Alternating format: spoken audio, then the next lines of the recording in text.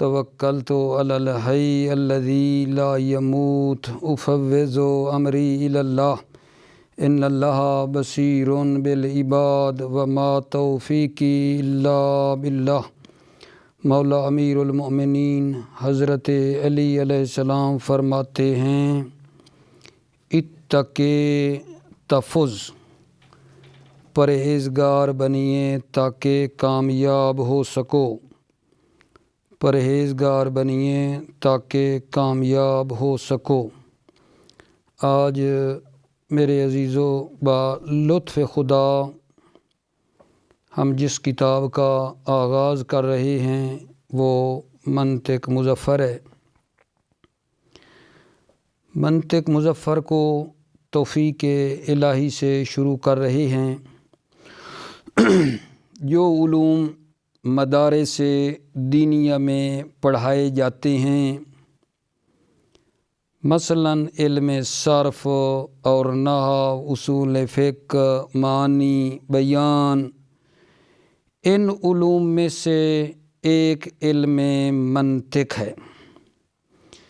منطق ایک انتہائی اہم ترین علم ہے۔ جو شخص منطق کو سمجھتا ہے، صحیح استعمال کرتا ہے، بلند مقامات تک پہنچتا ہے۔ اللہ تعالیٰ نے جو مخلوق خلق فرمائی ہے، ایک مخلوق انسان ہے، لیکن انسان اشرف المخلوقات بنایا ہے اللہ نے۔ اللہ تعالیٰ نے انسان کو جو نعمت عطا فرمائی ہے وہ نعمت عقل ہے، جو حیوانوں میں نہیں ہے۔ لیکن یہ جو عقل اللہ نے عطا فرمائی ہے کبھی کبھی خطا کر جاتی ہے، اپنے رستے سے ہٹ جاتی ہے۔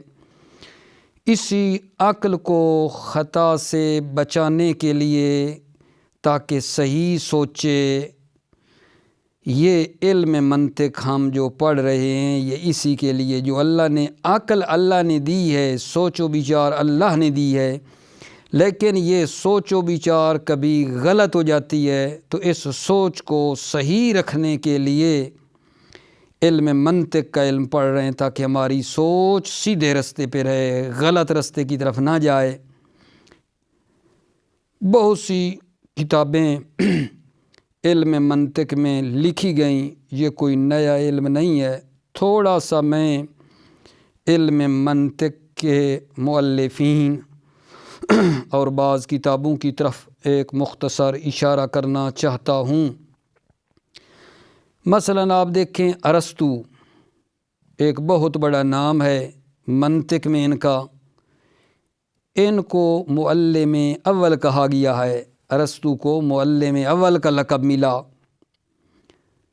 دوسرا نمبر پہ حکیم ابو نصر فارابی، انہوں نے منطق کو خصوصی اہمیت دی، حتیٰ کہ ان کو معلم ثانی کا لقب ملا ہے۔ ابو علی حسین ابن عبداللہ ابن سینا معروف ہیں شیخ الرئیس کے نام سے۔ منطق شفا ان کی ایک بڑی عظیم کتاب ہے۔ ابو حامد محمد ابن احمد غزالی، اس کی منطق میں کافی کتابیں ہیں، جن میں سے مثلاً معیار العلم، میزان العمل بھی ہے۔ شیخ شہاب الدین سہروی زنجانی معروف ہیں شیخ اشراق کے نام سے، ان کی ایک بڑی کتاب ہے حکمت الاشراق۔ مثلاً خواجہ نصیر الدین طوسی، اس کی کتب منطق میں کتابیں ہیں اساس الاقتباس، شرح اشارات۔ ابن سینا جمال الدین حسین ابن یوسف ابن علی ابن مطہر حلی، انہوں نے منطق پہ کتابیں لکھی ہیں۔ ایک کتاب ہے الجوہر النضید۔ قطب الدین شیرازی، انہوں نے لکھی کتابیں۔ میر سید شریف جرجانی کی منطق میں کتابیں ہیں۔ الکبریٰ فی المنطق، الصغریٰ فی المنطق مثلاً ان کی ہیں۔ ملا ہادی سبزواری کی ایک بڑی کتاب ہے، کتاب شرح منظومہ کے نام سے۔ اسی طرح میں نے بعض بزرگان کا نام لیا ہے جنہوں نے منطق کے اوپر کام کیا، اور آخر میں شیخ مرحوم مظفر نے حوزہ علمیہ نجف میں جامعۃ النجف کے نام سے میرے عزیزو ادارہ بنایا، اور اصول پر بھی کتابیں لکھیں، اور منطق پر بھی انہوں نے کتابیں لکھیں، اور ایک کتاب ان کی یہی منطق ہے جس کو ابھی ہم آپ کی خدمت میں بیان کرنا چاہتے ہیں۔ یہ کتاب نہ بہت طویل ہے اور نہ ہی مختصر کہ سمجھ میں نہ آئے، ایک متوسط کتاب ہے، درمیانی کتاب ہے۔ البتہ یہ کوئی ابتدائی کتاب نہیں ہے، اس سے پہلے 2-3 کتابیں بندے کو پڑھنی چاہیے، لیکن بالآخر دائرہ امتحان میں چونکہ یہی کتاب ہے لہذا ڈائریکٹ ہم اسی کو شروع کر دیتے ہیں۔ اگر کتاب کو منطق المظفر کو ہم چاہتے ہیں بہترین طریقے سے سمجھیں تو میرے خیال کے مطابق میری رائے تو یہ ہے کہ پہلے ہمیں 1-2 کتابیں چھوٹی چھوٹی جو ہے نا پڑھنی چاہیے۔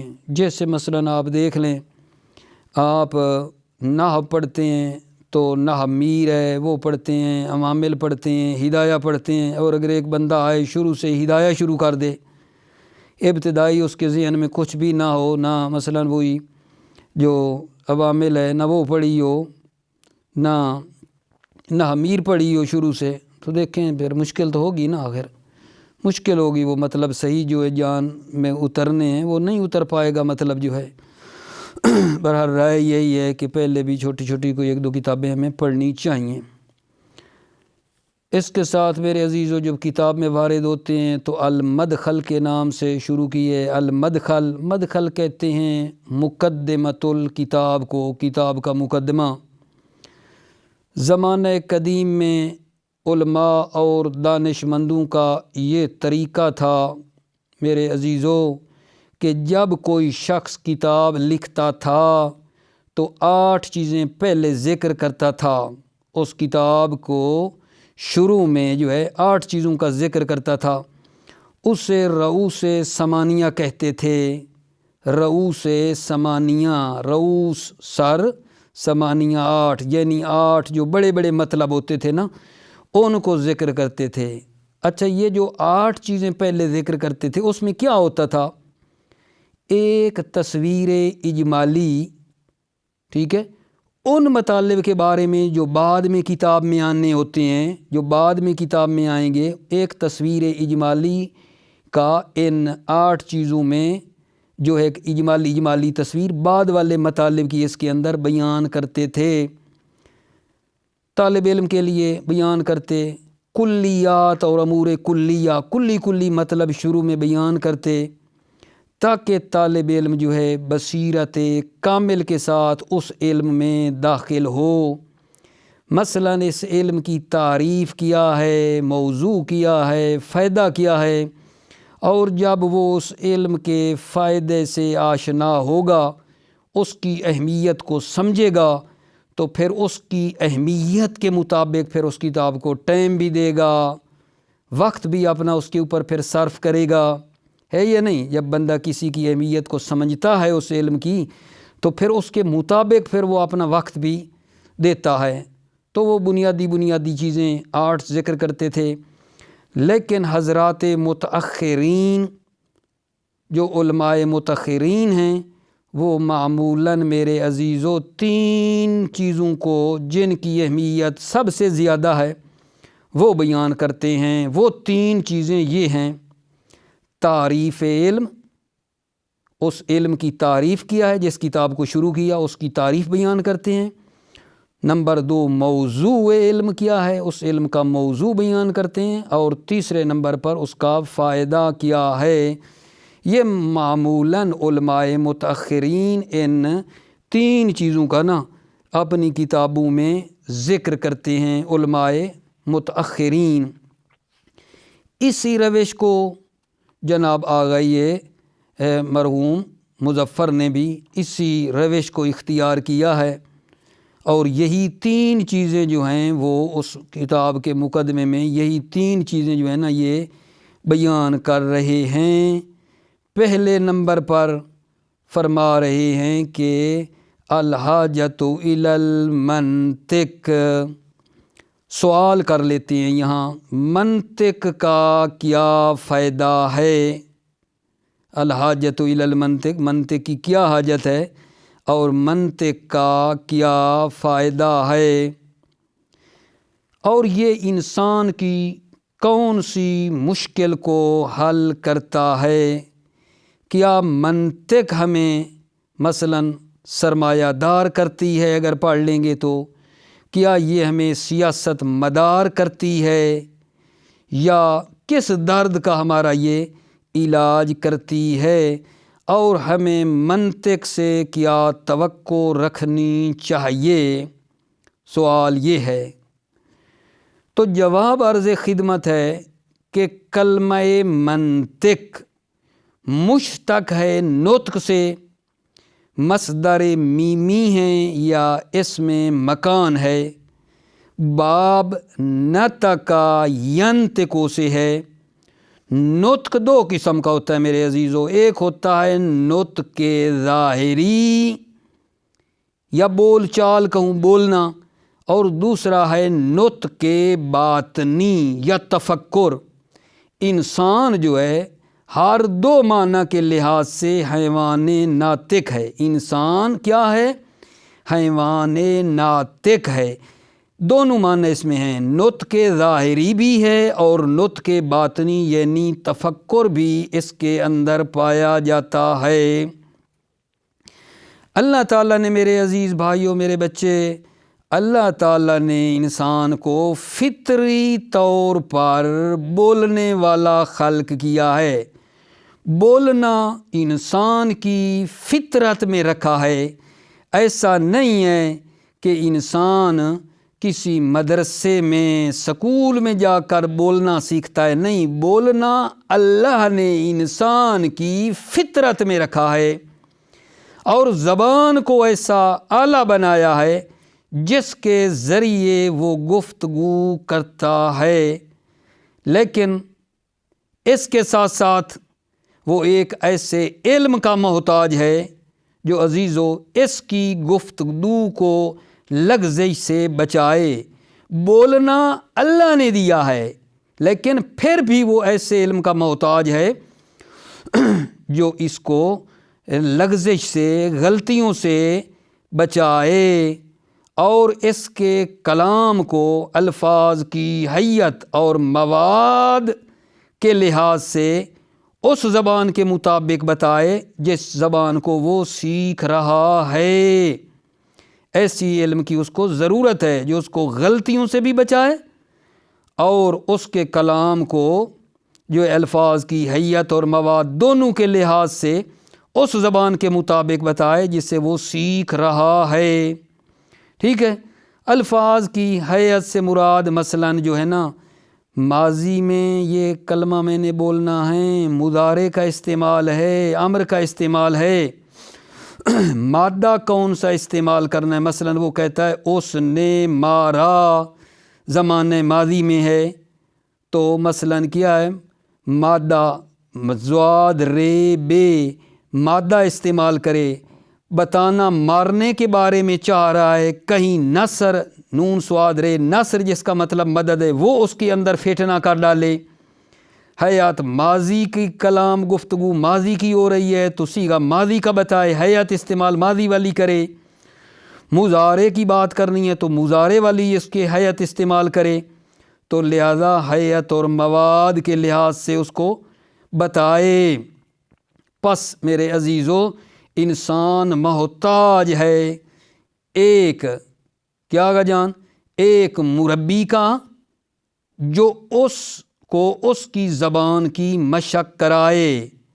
بولنا تو اللہ نے دیا ہے نا، لیکن وہ بولنے میں الٹے سیدھے الفاظ نہیں بولے گا، اس کا کوئی مربی ہو جو کہے اس طرح بولو لفظ کو، جو بھی زبان ہے، اردو ہے، فارسی ہے، انگلش ہے، عربی ہے، ایک کوئی مربی ہو جو اس زبان کی اس کو بار بار تمرین کروائے، اس کو زبان کو صحیح کرے کہ اس طرح کر کے تو نے بولنا ہے، بول لے گا وہ صحیح، ٹھیک ہے نا۔ حتیٰ فرماتے ہیں کہ اگر اس کو آپ ایک جنگل میں بھی ایک بچے کو چھوڑ دیں جہاں اس کے ساتھ کوئی سروکار نہیں رکھتا، جب بولنے کا 2-1 سال کا بچہ ہوگا تو الٹے سیدھے الفاظ وہ بھی بول لے گا، بولنا تو اللہ نے دیا ہے، الٹا سیدھا کوئی نہ کوئی کلمہ منہ سے نکال لے گا، لیکن اس کو صحیح کیسے بولنا ہے، قواعد کی روح سے، گرامر کی روح سے صحیح کیسے بولنا ہے، تو ایک مربی کی ضرورت ہے۔ اور دوسری میرے عزیزو، اس کو ایسے قانون کی بھی ضرورت ہے جو اس کی زبان کو خطا سے بچائے، اور یہ جو قانون ہے اس کا نام ہے علم صرف اور نحو ہے۔ اگر وہ زبان عربی سیکھ رہا ہے تو زبان عربی کی گرامر اور قانون کا نام صرف اور نحو ہے، ٹھیک ہے۔ مطلب کیا بیان کیا ہے آپ کی خدمت میں؟ منطق کی ضرورت کے بارے میں عرض کیا ہے کہ بولنا اللہ نے انسان کی فطرت میں رکھا ہے، لیکن انسان محتاج ہے پھر بھی 2 چیزوں کا، ایک مربی کا محتاج ہے جو اس زبان کی مشق کرائے، اور ایک قانون کا محتاج ہے جو اس کی زبان کو خطا سے بچائے، اور وہ جو قانون ہے اس کا نام علم صرف اور نحو ہے۔ ٹھیک ہو گئی بات؟ اسی طرح اللہ تعالیٰ نے انسان کو کچھ اس طرح خلق فرمایا ہے، اسی طرح اللہ نے انسان کو کچھ اس طرح خلق فرمایا ہے کہ اس کی فطرت میں سوچ رکھی ہے۔ جیسے عرض کیا ہے نا پہلے کہ بولنا مدرسے والے نہیں سکھاتے، استاد نہیں سکھاتا، بولنا اللہ نے دیا ہے، صحیح بولنا استاد سکھاتا ہے، والدین سکھاتے ہیں۔ اسی طرح سوچ و بچار اور فکر و عقل اللہ نے فطرت میں رکھی ہے، ٹھیک ہے یا نہیں؟ یہ سوچنا کہیں سے نہیں سیکھے گا، کوئی عقل تو اللہ نے دی ہے، ٹھیک ہے، لیکن انسان کو جو اللہ نے عقل دی ہے، حیوانوں کو عقل نہیں دی ہے، لیکن عقل اللہ نے دی ہے میرے بچے، لیکن یہی انسان جس کو عقل دی ہے یہ اپنے افکار میں غلطی کر جاتا ہے، یہ انسان اپنے افکار میں نا غلطی کر جاتا ہے۔ ایک چیز دیکھو، پھر کہہ رہا ہوں، سوچ اللہ نے دی، عقل اللہ نے دی، لیکن اس سوچنے میں انسان غلط رستے پہ چل پڑتا ہے، غلط سوچنا شروع کر دیتا ہے، ٹھیک ہے۔ ایک چیز جو علت نہیں ہے کسی چیز کی، اس کو وہ علت بنا لیتا ہے۔ مثال کے طور پر انسان کہتا ہے خمر حرام ہے، چونکہ مسکر ہے، پس نتیجہ لیتا ہے آب جو بھی حرام ہے۔ اس بات سے غافل ہے کہ مسکر ہونا علت تامہ نہیں ہے، بلکہ مسکر بھی ہو اور شراب انگور سے لی گئی ہو تو پھر ہے، یعنی جو علت نہیں تھی اس نے اس کو علت بنا دیا ہے، جبکہ یہ مسکر ہونا مکمل علت تامہ نہیں تھی، شرط یہ کہ وہ شراب انگور سے بھی لی گئی ہو۔ یہ ایک اور مثال اس کی دوں جو علت نہیں ہے، علت بنا لیتا ہے۔ مثلا ایک جگہ پہ آگ کو دیکھ کر کہتا ہے یہ آگ ہے تو فلاں چیز کو جلا دے گی، جلانے کا حکم لگا دیتا ہے، اس بات سے غافل ہے کہ وہاں اگر تری ہوئی کوئی چیز تر ہوئی، پانی کی وجہ سے تراوت مراوت ہوئی تو آگ اس کو نہیں جلا سکے گی۔ آگ علت تامہ نہیں ہے، بلکہ شرط ہے کہ وہاں جو ہے کوئی تراوت وغیرہ نہ ہو تاکہ آگ اس کو جلا سکے۔ دیکھا آپ نے کیسے ہے؟ ایک چیز جو علت نہیں ہے اس کو وہ علت بنا رہا ہے۔ اور اسی طرح دیکھو انسان کیسے فکر میں غلطیاں کرتا ہے، سوچ میں غلطیاں کرتا ہے، ٹھیک ہے۔ ایک چیز جو اس کی سوچ و بچار کا نتیجہ نہیں ہے وہ اسے نتیجہ سمجھ لیتا ہے، جو اس کا سوچ کا نتیجہ نہیں ہے اس کو نتیجہ سمجھ لیتا ہے۔ فرض یہ کر لیں کہ ایک دانش مند مادی کہہ رہا ہے کہ بھائیو میں نے خدا کو تلاش کیا ہے، مجھے تو نہیں ملا، بڑا تلاش کیا ادھر ادھر، بڑا گھوما ہوں، خدا مجھے ملا ہی نہیں ہے۔ جب خدا ملا نہیں ہے تلاش کے بعد تو نتیجہ لے رہا ہے خدا نہیں ہے، ملا جو نہیں ہے۔ دیکھو اس بات سے غافل ہے کہ نہ ملنا نہ ہونے پر دلیل نہیں ہے، ٹھیک ہے؟ تو نے آیا ہر جگہ پہ گیا، تو نے ہر جگہ کو دیکھا، ٹھیک ہے؟ نہ ہونا باقی تلاش بھی کرے تو سارے امور تو مادی نہیں ہے کہ تیری نظروں میں نظر آ جائیں۔ نہ ملنا نہ ہونے پر دلیل نہیں ہے، بلکہ دلیل ہے تیری جاہلیت پر کہ تو ناآگاہ ہے۔ تو اتنا کہہ سکتا ہے کہ میں نہیں جانتا، یہ نہیں کہہ سکتا کہ پس خدا نہیں ہے۔ زیادہ سے زیادہ یہ کہہ سکتا ہے کہ خدا جو ہے مجھے نہیں ملا، میں نہیں جانتا، یہ کہہ سکتا ہے۔ تو دیکھ لیا آپ نے۔ اچھا، جو فکر نہیں ہے، جو فکر اور برہان نہیں ہے، برہان دلیل نہیں ہوتی ہے، وہ اسے برہان سمجھ لیتا ہے، یعنی جو مغالطہ ہے اس کو دلیل اور برہان سمجھ لیتا ہے۔ برہان اور مغالطہ میں فرق ہے۔ برہان حق کے قریب کرتا ہے، برہان حق کی طرف لے جاتا ہے، جبکہ مغالطہ حق سے دور کرتا ہے۔ وہ جو مغالطہ تھا میرے بچے، اس بندے نے سوچ غلطی پہ چلی گئی، اس نے برہان سمجھ لیا۔ جو مغالطہ تو دور کرتا ہے حق سے، مغالطہ کو برہان سمجھ بیٹھا ہے، دلیل سمجھ بیٹھا ہے۔ تھوڑا سا ملنے کی وجہ سے وہ مغالطہ اور برہان تھوڑے ملنے جلنے والے ہوتے ہیں، تو یہ وہ مغالطہ کو برہان سمجھ لیتا ہے، غلطی کر جاتا ہے۔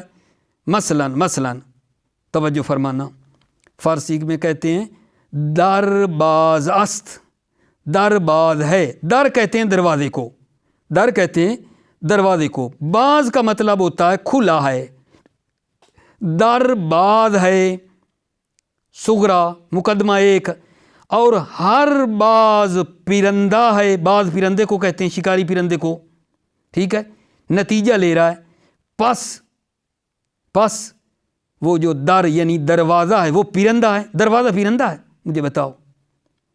یہ مقدمہ اس نے جو بنایا ہے، در باز ہے، در یعنی دروازہ، باز ہے یعنی کھلا ہے، پہلے مقدمے میں باز کا معنی کھلا ہے، اور دوسرے میں ہر باز پرندہ ہے، باز کا مطلب شکاری پرندہ ہے۔ نتیجہ لے لیں، پس در پرندہ ہے، در یعنی دروازہ پرندہ ہے، ٹھیک ہے؟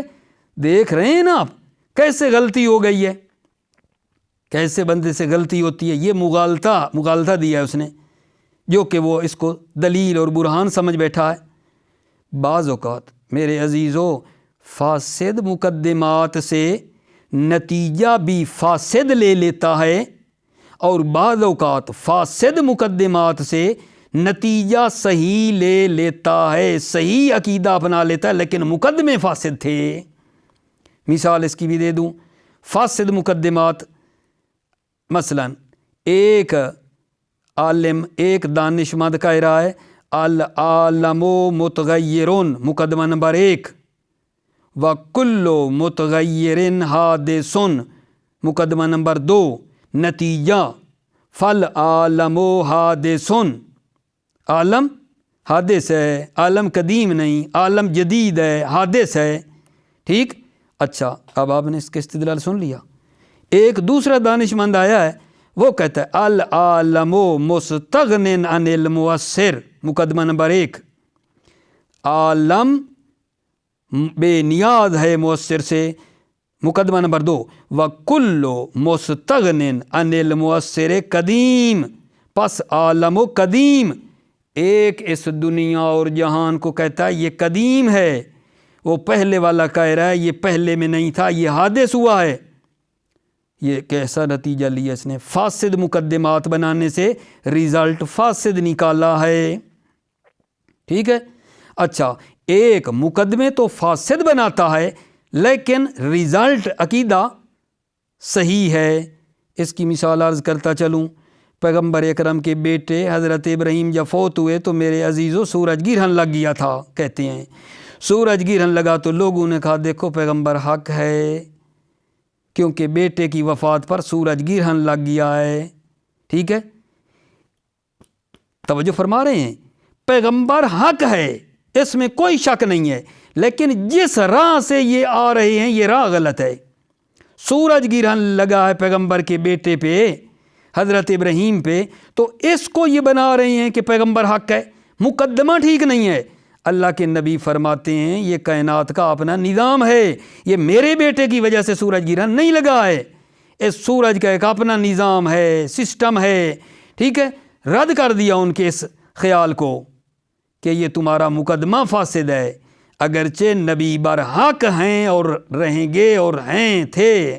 ٹھیک ہے، اس میں کوئی شک نہیں ہے آغا جان، ہمارے نبی برحق ہیں، لیکن مقدمہ فاسد ہے جو پیچھے سے یہ بنا کے آئے ہیں۔ ٹھیک ہے، تو عرض کیا ہے سوچ تو اللہ نے انسان کی فطرت میں رکھی ہے، لیکن انسان سوچنے میں غلطیاں کر جاتا ہے، جیسا کہ آپ نے اتنی غلطیاں دیکھی ہیں بطور مثال۔ جو علت نہیں تھی اس کو علت سمجھ لیا، جو افکار کا نتیجہ نہیں تھا اس کو نتیجہ لے لیا، جو برہان نہیں تھا اس کو برہان سمجھ لیا، فاسد مقدمے سے نتیجہ فاسد، فاسد مقدمہ سے عقیدہ صحیح۔ یہ ساری غلطیاں جو آپ نے دیکھی ہیں، دیکھی نا؟ پس انسان کو ایک ایسے علم کی ضرورت ہے جو اس کے افکار کی تصحیح کرے، جو اس کے افکار کو صحیح کرے اور درست نتیجے کی طرف اس کی رہنمائی فرمائے۔ ضرورت ہے نا؟ انسان کو سوچ تو اللہ نے دی لیکن غلطیاں کر جاتا ہے، تو ایک ایسے علم کی ضرورت ہے نا جو اس کے افکار کی تصحیح کرے۔ لہذا منطقیوں کا کہنا ہے میرے عزیزو، علم منطق ایک ایسا وسیلہ ہے جو انسان کو خطائے فکری سے بچاتا ہے۔ علم منطق ایک ایسا وسیلہ ہے جو انسان کو خطائے فکری سے بچاتا ہے، اور یہ علم انسان کی رہنمائی کرتا ہے تاکہ وہ اپنے افکار کی تصحیح کر سکے۔ ٹھیک، جس طرح نحو و صرف انسان کو بولنا نہیں سکھاتے کہ صرف و نحو پڑھ لیں تو انسان کو بولنا آ جاتا ہے۔ ٹھیک ہے بھائیو، بولنا تو اللہ نے دیا ہے نا، صرف و نحو کا کیا کام ہے؟ درست بولنا سکھاتے ہیں کہ ایسے تم نے بولنا ہے۔ اسی طرح علم منطق انسان کو سوچنا نہیں سکھاتا۔ بار بار میں یہ کہہ رہا ہوں، بعض بچوں سے جب امتحان کے لیے آتے ہیں تو پوچھتے ہیں کہ علم منطق انسان کو سوچنا سکھاتا ہے کیا؟ ٹھیک ہے، یعنی منطق پڑھ لیں گے تو سوچ آ جائے گی، بعض کہہ دیتے ہیں نہ بھائی نہ، سوچنا، فکر، عقل اللہ نے دی ہے، منطق کا کام ہے صحیح سوچنا بتاتی ہے، منطق کا کام جو ہے انسان کو صحیح سوچنا، صحیح لائن پہ لگاتی ہے، درست بولنا سکھاتی ہے۔ جس طرح صرف و نحو، اسی طرح منطق انسان کو صحیح سوچنا سکھاتی ہے۔ لہذا ہمیں اپنے افکار کی تصحیح کے لیے منطق کی ضرورت پیش آتی ہے، اور یہ کتنی بڑی ضرورت ہے۔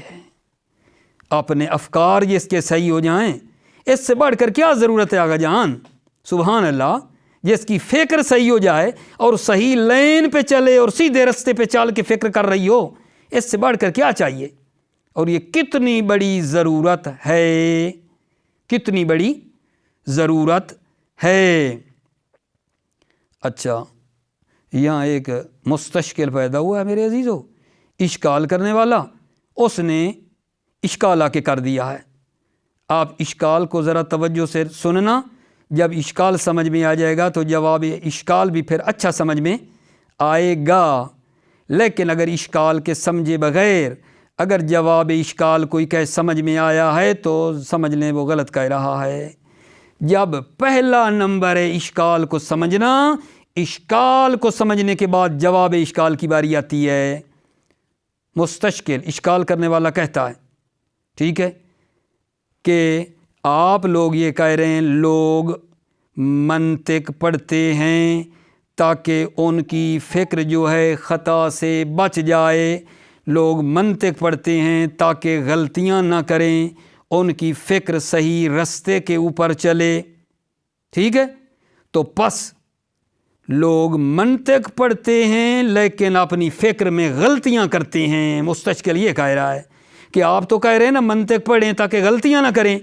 مستشکل اشکال کرنے والا کہتا ہے بھائیو لوگ منطق پڑھتے ہیں، منطق پڑھنے کے باوجود اپنی فکر میں غلطیاں کرتے ہیں.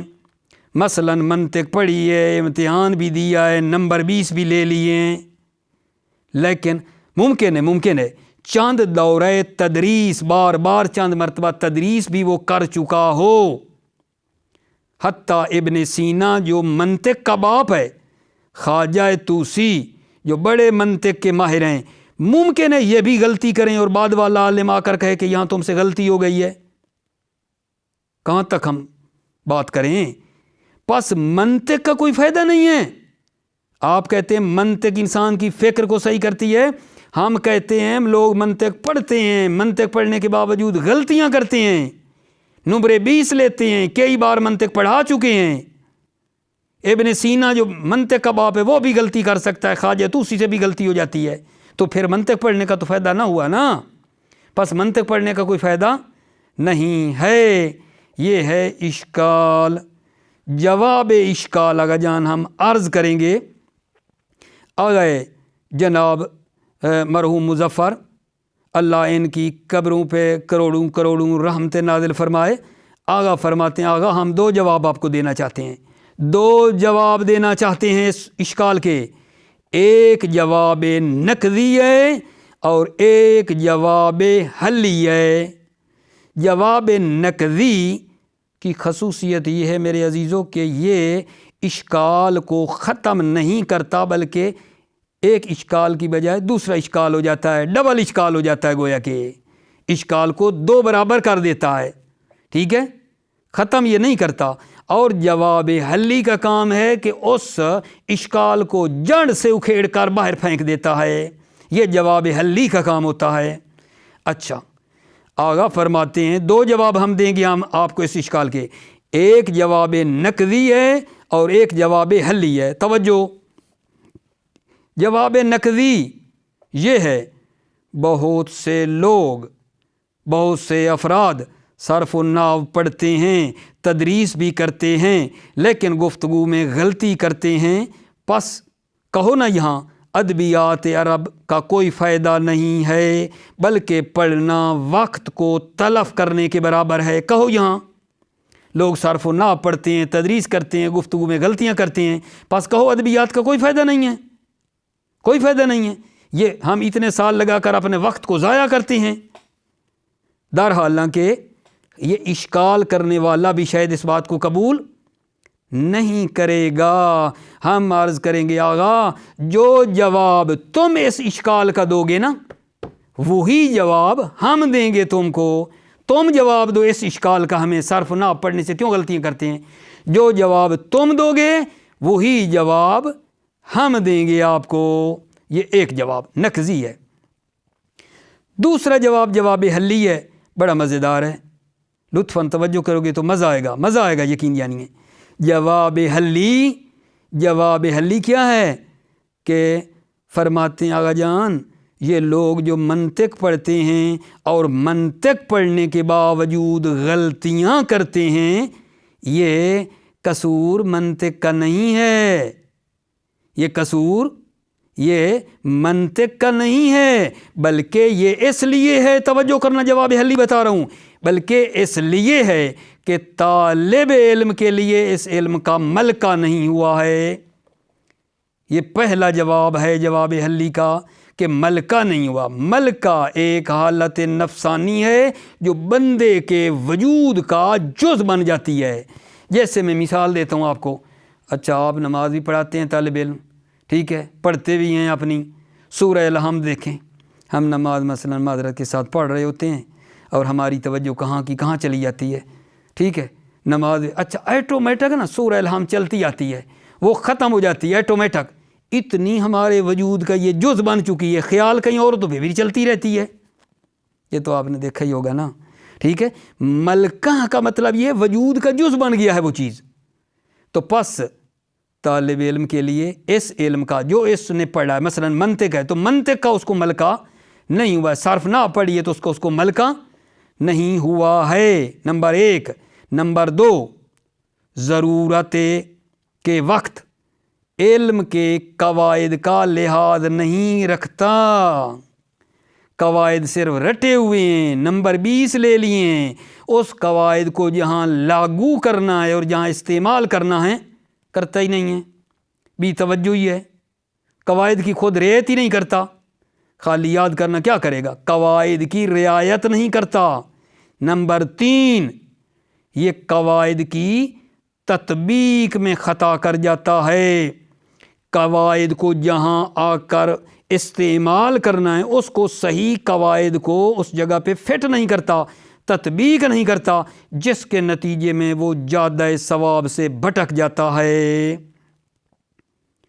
مختصر آپ کی خدمت میں عرض کروں، نتیجہ لیں میرے بچے، نتیجہ یہ ہوا، ٹھیک ہے، کہ منطق کا کیا فائدہ ہے، یہ انسان کی کون سی مشکل کو حل کرتا ہے۔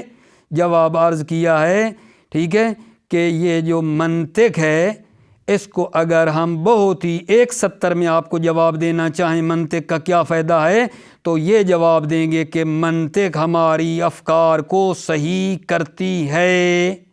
سوچ اللہ نے دی ہے لیکن منطق پڑھنے سے ہماری فکر صحیح سمت چلتی ہے، منطق پڑھنے سے ہماری افکار صحیح ہو جاتے ہیں۔ پھر ایک اشکال ہوا تھا جیسا کہ آپ نے دیکھا، لوگ منطق پڑھنے کے باوجود کیوں غلطیاں کرتے ہیں، کوئی فائدہ نہیں ہے۔ 2 جواب دیے، ایک جواب نقضی، ایک جواب حلی۔ نقضی یہ تھا کہ لوگ صرف و نحو بھی پڑھتے ہیں، غلطیاں کرتے ہیں، ٹھیک ہے، تم جواب دو، جو جواب دو گے وہی جواب ہم دیں گے۔